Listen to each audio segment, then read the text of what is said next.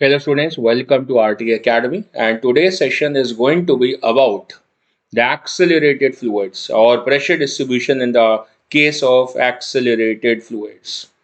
Now this is going to be the session number 3 for the article of the mechanical properties of the fluids, and it's advisable for all the students, सभी students, the session number 1, session number 2 दोनों lectures को लगा के फिर इस particular session को attend करें, so जो understanding है वो बहुत proper better होगी. Kindly subscribe to the channel of the RT Academy also. Now, what are the learning goals for today? As I said, I'm going to teach you and you're going to learn from me the accelerated fluids. उसके अंदर हम सभी तरीके के acceleration पे focus करेंगे. Let's say if the frame in which the fluid is there वो vertically accelerate करे या फिर horizontally accelerate करे या फिर there is going to be the rotating fluids. So let's understand one by one. सबसे पहले बात करते हैं फॉर द वर्टिकली रोटेटेड और vertically accelerated fluids. So now हम क्या कर रहे हैं कि मान लेते हैं कि हमारे पास एक पर्टिकुलर एलिवेटर है. So let's say we have an elevator like this and we have kept a glass having liquid inside it. इस तरीके से. ग्रेट. अब ऐसा क्या हो रहा है कि भाई ये एलिवेटर ऊपर को एक्सेलरेट कर रहा है with an acceleration of a. So what is happening? देखो, इस फ्लूइड का अपना वेट था, that was suppose to be mg. अब वो फ्लूइड का वेट जो है वो कम हो जाएगा, meaning there is going to be a fall in the weight of the liquid apparently. Yes, the apparent weight of the fluid is going to change. तो क्या वो इंक्रीज होगा या डिक्रीज होगा, डिपेंड करता है on the acceleration direction. So case number 1 if I consider, तो case number 1 में the elevator is accelerating upward, तो इसकी वजह से there is going to be a pseudo force which is going to act in the downward direction. So let's say that is going to be ma. तो इसका मतलब जो apparent weight की value है वो क्या करेगी, इंक्रीज करेगी. This is analogous to a particular idea जो कि हम न्यूटन लॉज में पढ़ते हैं कि अगर हम इस एलिवेटर में एक बॉक्स को, एक ऑब्जेक्ट को प्लेस कर देते और इस एलिवेटर को ऊपर एक्सेलरेट कर देते, तो एक नॉर्मल फोर्स यहाँ पे जो क्रिएट होती है, नॉर्मल कॉन्टैक्ट फोर्स, जिसको हम apparent wait of the object बोलते हैं, तो उसकी जो वैल्यू है वो कितनी हो जाती है, that would have been more than mg because of this particular pseudo force. तो n की वैल्यू कितनी हो जाती है, would have been equal to mg plus of ma. हम इसको कैसे लिख लेते हैं, as m into g plus a. कैसे बोल देते हैं, as equal to m into g effective. और जी इफेक्टिव की वैल्यू कितनी हो जाती है, as equal to ji plus a. Now what do we understand from here? हम ये क्या सोच रहे हैं कि भाई अगर हमने यहाँ पे फ्लूइड पार्टिकल लिया तो फ्लूइड पार्टिकल जो है वो कैसा होता है, वो एक पूरे ऐसे फ्लूइड का हिस्सा है जो कि इनकम्प्रेसिबल है. So the incompressibility of the fluid comes into play. तो होने क्या वाला है, क्योंकि हमें ऐसा पता चल रहा है कि भाई जो नीचे जो वेट ऑफ द फ्लूइड है वो इंक्रीज हो रहा है, the apparent weight is increasing. लिख लेते हैं, the apparent weight is increasing. So अगर एपरेंट वेट इंक्रीज कर जाता है तो इसका मतलब जो कंप्रेसिबिलिटी है वो फ्लूइड की, उसके ऊपर सवाल आ जाएगा. कैसा होगा कि ये जो एक्स्ट्रा एमए फोर्स लग रही है वो फ्लूइड को कंप्रेस करने की कोशिश करेगी, तो नीचे से जो हाइड्रोस्टैटिक फोर्स ऊपर को लग रही है वो भी इंक्रीज होनी चाहिए. और हाइड्रोस्टैटिक फोर्स के पीछे जो रीजन है वो क्या है, हाइड्रोस्टैटिक प्रेशर. तो हाइड्रोस्टैटिक प्रेशर जो है वो lower layers of the fluid पे ज्यादा हो जाना चाहिए. Which means that if I am looking at the topmost layer over here, तो यहाँ पे प्रेशर कितना है, P नॉट. तो अगर मैं H डेप्थ पे नीचे आ जाता हूं तो यहाँ पे जो प्रेशर होगा that is P not plus H रो. रो नहीं बदल सकता है because the fluid is incompressible. So what has increased? The value of the G effective. तो यहाँ पे जी इफेक्टिव की वैल्यू कितनी हो जाती है, जी प्लस ए हो जाती है. और इस वजह से लोअर लेयर्स पे प्रेशर की वैल्यू ज्यादा हो जाती है, तो अपवर्ड हाइड्रोस्टैटिक फोर्स ज्यादा हो जाएगी, तो वो जो इंक्रीज्ड एपरेंट वेट है उसको बैलेंस कर लेगी ताकि जो फ्लूइड है वो इनकम्प्रेसिबल रह पाए.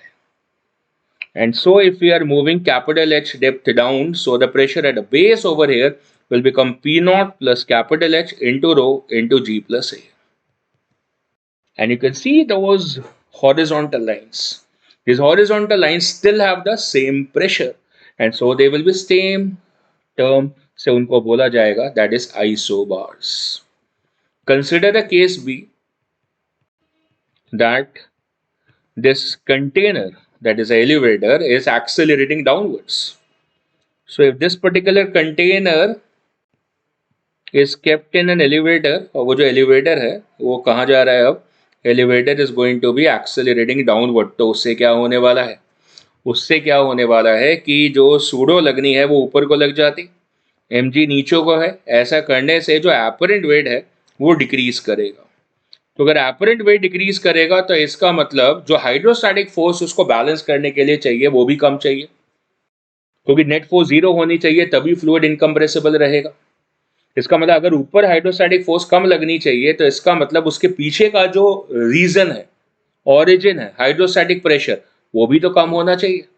इसका मतलब अब क्या होने वाला है कि जो प्रेशर है वो लोअर लेयर्स में कंपैरेटिवली कम होना शुरू हो जाएगा, डिक्रीमेंट आ जाएगी प्रेशर में, विच मीन्स दैट अगर ये फ्री सरफेस ले रहा हूं मैं प्रेशर, यहाँ पे पी नॉट है, तो अगर मैं एच डेप्थ नीचे जाके प्रेशर को चेक करता हूं तो यहाँ पे प्रेशर की वैल्यू हो जाएगी P not plus H into rho into G minus A. देखो रो तो बदल नहीं सकता है ना, reason the fluid is incompressible, so what is changing, the change is on G minus A. So idea has been understood that to keep the fluid incompressible and in the state of rest, मतलब equilibrium में रहना है, तो pressure distribution अंदर layers में बदल जाता है ताकि जो फ्लूइड है वो पहले तो रेस्ट पे रह सके और साथ में अपनी इनकम्प्रेसिबिलिटी को मेंटेन कर सके, and that is going to change the pressure distribution in the lower layers. Isobars becomes an very important topic to discuss over here. तो हमने यहाँ भी समझा कि जो हॉरिजॉन्टल लेवल्स हैं, हॉरिजॉन्टल लाइंस जो हमने बनाई है, दे आर द आइसोबार्स, मतलब उन लाइंस पे प्रेशर जो है वो क्या रहेगा, सेम रहेगा। उन लाइंस पे ऊपर या नीचे जाते हैं तो प्रेशर जो है वो वेरी करेगा, और जो वेरी है वो किस आधार पे कर रहा है, that is on the effective value of the g. Great, और जितनी डेप्थ ऊपर नीचे जा रहे हैं। नाउ आइसोबार्स ऐसा लगता है कि हॉरिजॉन्टल लाइंस हैं, ठीक है, जिनकी स्लोप जीरो है। मतलब जैसे अगर ये हमने एक आइसोबार बनाया तो यहाँ पे इसकी जो स्लोप आ रही है वो कितनी आ रही है, जीरो आ रही है, पर ये हमेशा नहीं है, हमेशा नहीं है मतलब, तो उस बात को भी समझते हैं। So let's take an another example. वो एग्जांपल किसका है कि आपके पास जो फ्लूइड था वो एक कंटेनर में था, मान लो एक कार्ट में था, और वो जो कार्ट है हमने उसको हॉरिजॉन्टली एक्सेलरेट कर दिया। सो लेट्स से इस कार्ट को हमने हॉरिजॉन्टली एक्सेलरेट करा। अब देखते हैं साधारण तरीके से, न्यूटन लॉस के तरीके से, कि जो फ्लूइड का मेनिस्कस है वो कैसे बिहेव करेगा। तो हमने क्या करा, फ्लूइड के सरफेस पे एक पार्टिकल कंसीडर करा और उसकी फ्री बॉडी चेक करी। तो एक तो उसका वेट लग रहा है जो नीचे, और दूसरी सूडो लग रही है, कहाँ लग रही है, ऑपोजिट टू फ्रेम एक्सेलरेशन कितनी है, एम ए के बराबर है। और ये जो एम जी और एम ए है, इनका जो रिजल्टेंट है वो ग्रीन लाइन से डिनोटेड है, that's a resultant force over here. अब लिक्विड प्रॉपर्टी एट रेस्ट ये हमें समझाती है कि जो फ्लूइड का मेनिस्कस होगा वो अपने आप को रिजल्टेंट फोर्स के परपेंडिकुलर सेट करेगा। बोले तो क्यों, the reason for that is that it wants to stay in the state of rest. So therefore the liquid meniscus in the state of rest is going to self-adjust in a direction perpendicular to the resultant force.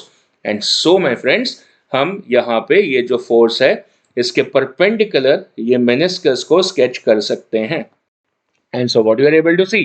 We are able to see that a meniscus, that is uppermost surface layer over there of the liquid, is not flat horizontal anymore, and so it is now inclined. इसका मतलब उसकी slope आ चुकी है। So let me sketch for you once again. So what I am able to sketch over here is that the meniscus is now inclined like this. Inclined है तो इसका मतलब मैं बोल सकता हूँ कि इसकी कोई slope होगी और इस slope का कोई angle होगा। So मैं चाहता हूँ कि मेरे को ये slope पता चले कि कितनी होगी। But that's an easy task for me कि अगर ये particular angle थीटा है तो ये एंगल यहाँ पे थीटा आ जाएगा, और फिर ये जो ट्राइंगल है इसके through I will be able to calculate a value for the theta. इसमें ये वाली जो साइड है वो एम ए के बराबर है और ये वाली साइड एम जी के बराबर है। इसका मतलब जो टैन थीटा यहाँ से मुझे मिल रहा है that is very simple, that is equal to m a upon m g. उसमें एम कैंसल्ड आउट है, सो टैन थीटा की वैल्यू जो है वो ए अपॉन जी के बराबर है जो कि स्लोप है, और अगर मेरे को एंगल चाहिए स्लोप का so that is tan inverse of a upon g. So that is simple task for me. Great, excellent, ये बात तो मुझे समझ में आ जाती है। So which means that now this is going to be the condition if you accelerate this layer. तो ये तो मतलब बार बार से आपको ऐसा दिखेगा, मतलब आपको ये दिखेगा कि भाई प्रैक्टिकली ऐसा कि अगर हमने इस कार्ड को एक्सेलरेट करा तो फ्लूइड जो है वो पीछे को ऐसे इंक्लाइन हो जाएगा। जैसे visibility which you will be able to see. अंदर हुआ क्या, what exactly happened inside, we need to understand that.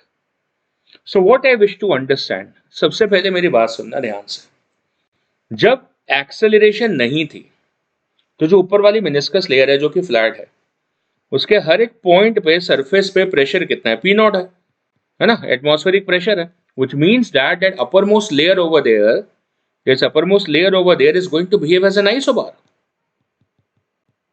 That is an isobar. In fact उसके नीचे ये जितनी भी लेयर्स हैं, they are all behaving as what, isobars. Not anymore. Not anymore means अभी जो न्यू सिनेरियो है यहां पर अगर हम चेक करें तो ये जितने पॉइंट्स है सरफेस के ऊपर जो न्यू मेनिस्कस बना है, इन सब पे तो प्रेशर पी नॉट होगा ना। तो इसका मतलब अब ये आइसोबार बन चुका है। So this is going to be now isobar. इसका मतलब हमने जो स्लोप निकाली है that is of the new isobar, which means now if I construct more isobars they are going to be like this. So these are now new isobars. Oh, that's a great point of interest to me. Now what actually does it change in my thinking process? मुझे क्या समझ में आता है? तो let's say that this was a container, right? And this is a meniscus. और ये क्यों हुआ? क्योंकि हमने इस लिक्विड को एक्सेलरेट करा। ग्रेट। अब हमसे कोई पूछता है कि भाई देखो यहाँ पे ना दो पॉइंट्स हैं, this is a point 1 and this is a point 2, it's a pressure at a point 1 equal to the pressure at a point 2। और हम थोड़ा सोचते हैं, we take a pause and think about it, क्या क्या ऐसा है क्या प्रेशर एट 1 इक्वल टू 2 के बराबर है? तो the answer is a strict no. कैसे? तो हमने इसको चेक करा फ्रॉम द वर्टिकल हाइट। तो अगर हमने इसको वर्टिकल डेप्थ से, हाइट से चेक करा तो दोनों की जो वर्टिकल डेप्थ है पॉइंट्स की वो सेम नहीं है। तो यहाँ पे उस डेप्थ को h2 ले लेते हैं, यहाँ पे h1 ले लेते हैं। तो प्रेशर एट 2 को हम लिख सकते हैं the pressure at a point 2 is equal to P naught, क्योंकि इस पॉइंट का प्रेशर कितना होगा, p not plus h2 rho into g. और वैसे ही अगर हम पॉइंट 1 का प्रेशर लिखें तो that is equal to P not plus h1 rho g. तो यहाँ से बिल्कुल क्लियर है कि दोनों का जो एब्सोल्यूट प्रेशर है वो सेम नहीं आ रहा है। इनफैक्ट प्रेशर डिफरेंस है कि P2 माइनस P1 को अगर आप माइनस करोगे पी नॉट कैंसिल है, that's coming as equal to h2 minus of h1 into rho into g. और क्लियर है कि pressure at a point 2 is going to be more than the pressure at a point 1। Simple. But then I have a thought process with me कि चलो मैंने ये expression तो बना लिया, पर ये हुआ क्यों, मतलब इन दोनों पॉइंट्स पे प्रेशर सेम क्यों आ रहा है, सेम क्यों नहीं आ रहा है? रेदर मैं ऐसा बोलूं कि इन दोनों पॉइंट पे प्रेशर सेम आना चाहिए था। क्यों? क्योंकि पहले मेरा थॉट प्रोसेस था कि भाई सेम हॉरिजॉन्टल लेवल पे प्रेशर सेम होता है। So my friend, the pressure at these two points is not the same because these two points, see carefully, are not on the same isobar anymore. So since a point 1 and a point 2, you are able to see that they are not on the same isobar and therefore their pressure cannot be same. That explains the importance of the isobar. चलो अब तो ये बात हमें clear हो गई, पर एक दुविधा है कि जो एक्सप्रेशन हमने बनाया है उसके अंदर एक्सेलरेशन का तो फील फैक्टर ही नहीं आ रहा। So we decided to bring upon that feel factor of the acceleration. अब वो कैसे लाएं? तो हमने यहाँ पर एक ट्राइंगल क्रिएट करा, दिस ट्राइंगल। इस ट्राइंगल में ये जो डिफरेंस इन हाइट है वो h2 माइनस h1 हो गई, और इन दोनों पॉइंट्स के बीच में जो हॉरिजॉन्टल स्पेसिंग है उसको हमने x मान लिया, और ये जो एंगल है theta, oh that is angle of the slope. So if I am checking that tan of theta this is equal to a by g, जो कि हमने प्रूफ करा था यहाँ से, लेकिन जो ट्राइंगल से उसकी जो वैल्यू है that is looking like h2 minus h1 upon x। ओ तो मतलब यहाँ से h2 माइनस h1 की वैल्यू मिल सकती है x into a upon g. That will be of the great help अगर मैं इसको यहाँ पे सब्सटीट्यूट करूँ, that P2 minus P1 is equal to, instead of h2 minus h1 अगर मैं यहाँ से सब्सटीट्यूट करता हूँ as x into a upon g and into rho into g. So the expression now comes down to something more exciting. That is P2 minus P1 becomes as rho A into x. And that is a relation which I was waiting for to come across.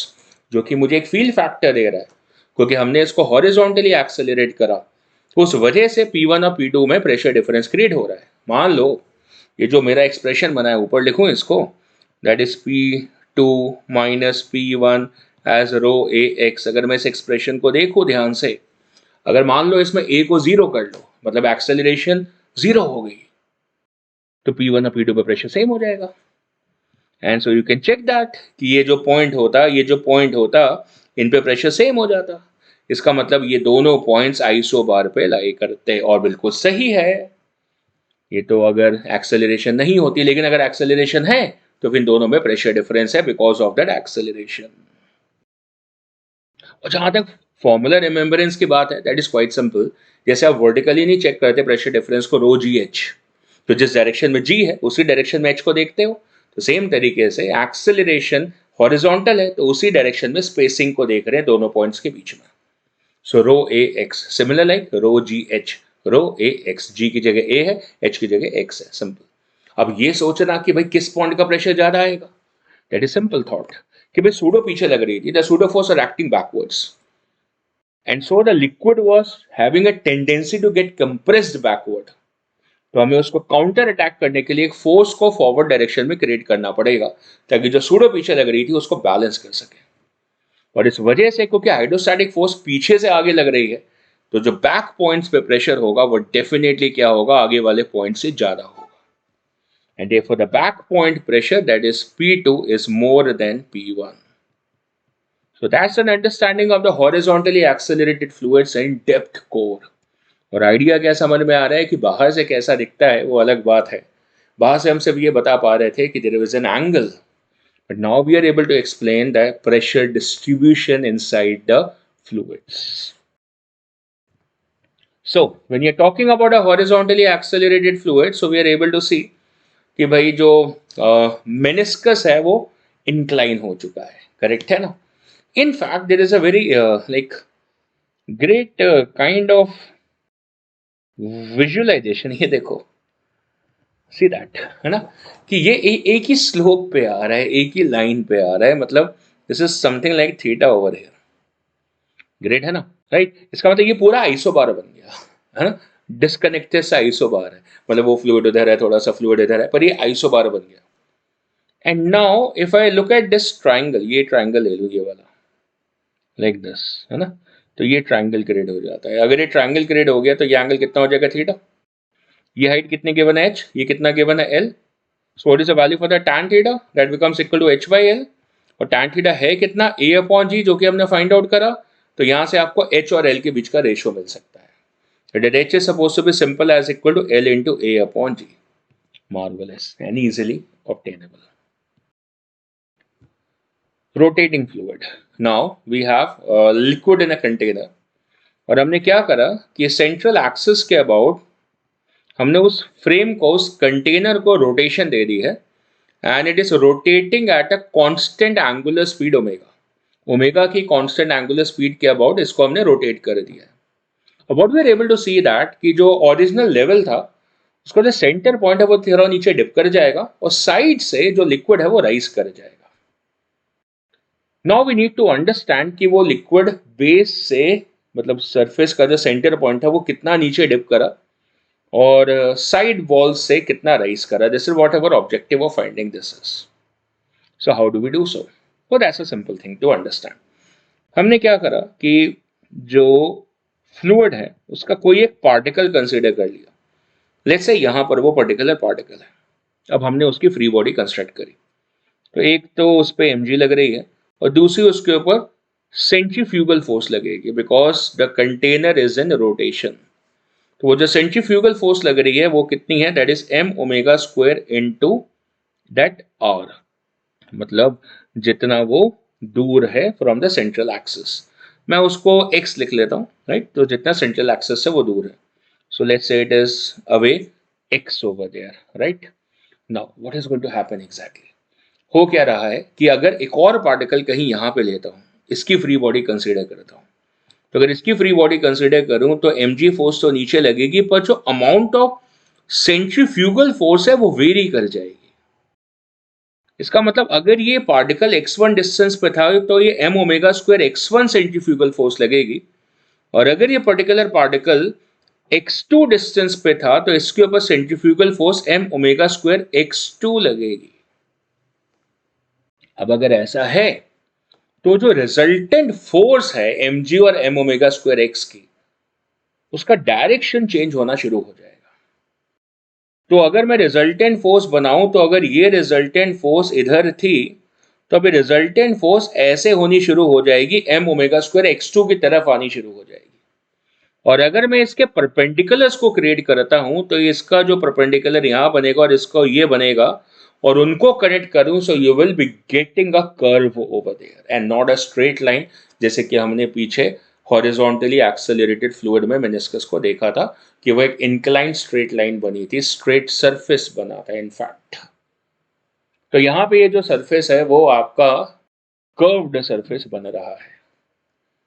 So what do I do? So it's simple, मैंने क्या करना है, कोई भी एक particle ले लेना है और जो एक पर्टिकुलर पार्टिकल मैंने कंसिडर करा तो उसके ऊपर मैंने यहाँ पे mg फोर्स बनाई और यहाँ पे m omega square x force बनाई, करेक्ट।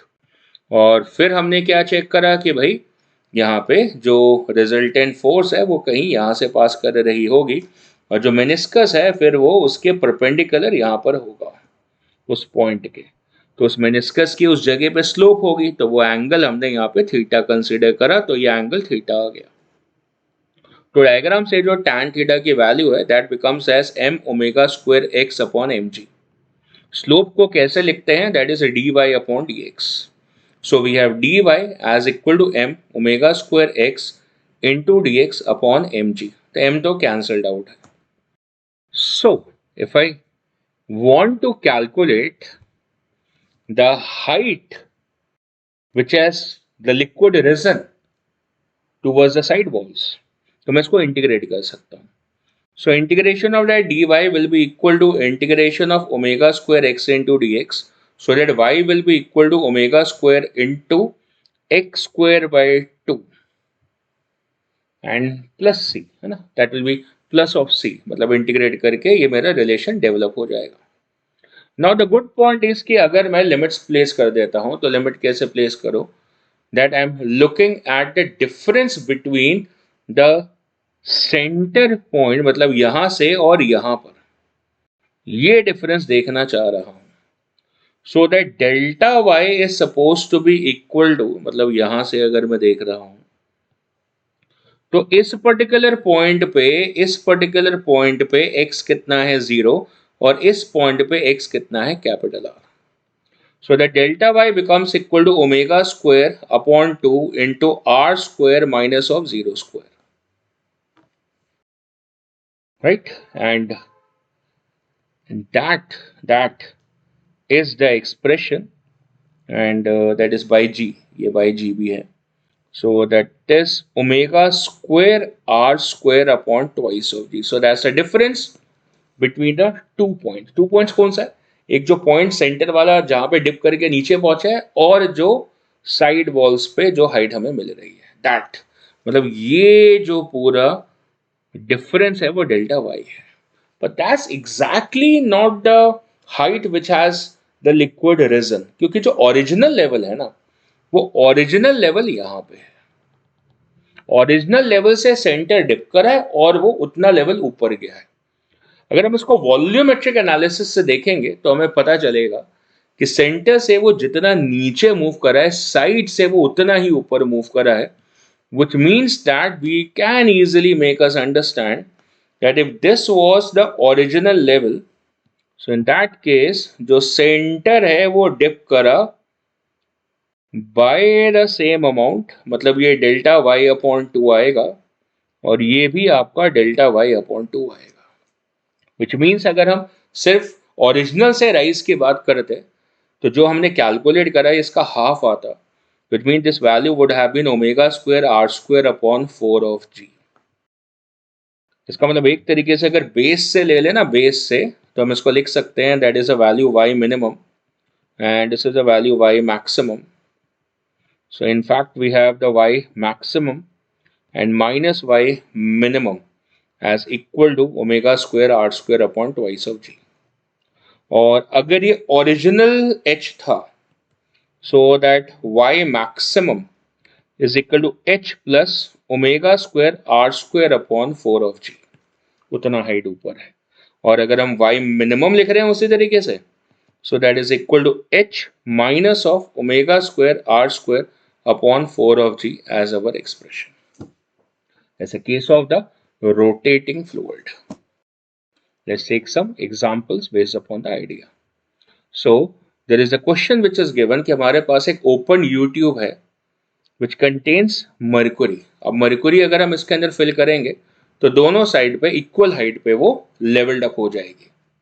नाउ एडिशनली अब हम क्या कर रहे हैं कि 27.2 सेंटीमीटर ऑफ वाटर को एक साइड पे डाल रहे हैं. So let's say on the right side we are pouring in the water. ऐसा करने से क्या होगा, राइट साइड से जो मर्क्यूरी का लेवल है वो नीचे चला जाएगा और लेफ्ट साइड से वो राइज कर जाएगा. That's exactly what the question is asking, that how high does the mercury surface rise in the other limb from the initial position. तो हो क्या रहा है कि राइट साइड से मर्क्यूरी लेवल नीचे जा रहा है, लेफ्ट साइड से ऊपर जा रहा है बाय द सेम अमाउंट. क्यों? बिकॉज इट इज इनकम्प्रेसिबल और area of the cross section दोनों साइड पे सेम है. अगर दोनों साइड पे एरिया डिफरेंट होता तो इधर जितना फॉल होता इधर जितना राइज होता वो डिफरेंट होता, जो कि आप वॉल्यूम से रिलेट कर सकते थे. फिलहाल दोनों साइड पे एरिया सेम है, तो जितना मर्क्यूरी लेवल राइट साइड पे नीचे गया और जितना मर्क्यूरी लेवल लेफ्ट साइड पे ऊपर गया वो बराबर होगा. It explains to me this condition in this mannerism कि भाई ओरिजिनल लेवल पहले बना लेते हैं. So let's consider this as a U tube और मान लेते हैं कि ये हमारा जो था वो ओरिजिनल लेवल था, दिस वाज ओरिजिनल लेवल, और इसके कंपैरिजन में अब जो मर्क्यूरी है वो ऊपर आ गया इतना यहाँ पे, तो राइट साइड पे उतना ही नीचे आ गया, which mean this is x which has fallen and this is x which has risen. और ऐसा क्यों हो रहा है? क्योंकि राइट साइड पे हमने क्या करा हुआ है, यहाँ पे वाटर को पोर इन कर दिया था. तो यहाँ पे हमने वाटर डाल दिया था. कितना वाटर डाल दिया था? That was 27.2 centimetre of the water was poured in. Great, excellent.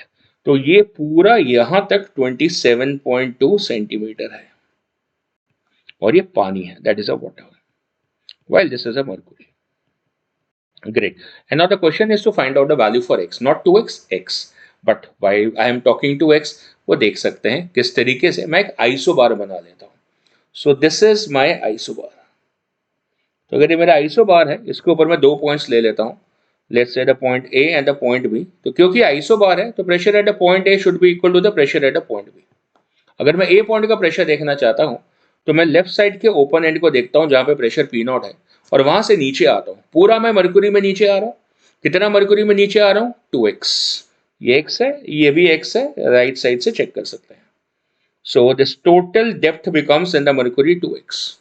So that's P0 plus 2x into density of the mercury into g because I am moving in the mercury column. अब ऐसा ही मैं सोचता हूँ right side पे, क्योंकि right side पे fluid different है तो उसका ओपन एंड चेक करता हूँ जहाँ पे प्रेशर P0 है और नीचे आता हूँ तो मुझे पता चला मुझे नीचे कितना आना है, 27.2 centimetre. So that's P0 plus 27.2 centimetre but in the water column. So that's the density of the water into g. So the P0 gets cancelled out, that is twice of x into density of the mercury into g is equal to 27.2 into density of the water into g. g तो cancelled है. Now this 2x into density of the mercury upon density of the water is equal to 27.2. What is the density of the mercury upon density of the water? उसको हम बोल सकते हैं relative density of the mercury, जो कि कितनी होती है 13.6. So twice of x into 13.6, that becomes 27.2, and that's something like a perfect data given to us. So 2 into 13.6 perfectly becomes 27.2, and therefore the value for the x comes out to be as 1 centimeter, and that is going to be the answer for this particular question. क्योंकि question ने पूछा ही यही था, how high does the mercury surface rise in the other limb? तो कितना rise करा left side पे? x. And what is the value for the x? 1 centimeter. Had the question be like this, that find the difference in the mercury level on both the sides, अगर इस तरीके का question होता फिर, so then the answer for this particular question would have been as twice of x. मतलब difference in the level delta y 2x के बराबर हो जाता. है ना, क्योंकि x नीचे गया x ऊपर गया, तो डिफरेंस कितना है 2x। तो the answer for this would have been 2 centimetre. Hopefully पूरा आर्टिकल अच्छे से आपको समझ में आया है। What we have discussed today is about the accelerated fluids and about the isobars behavior in the accelerated fluids. Thanks for watching. Bye.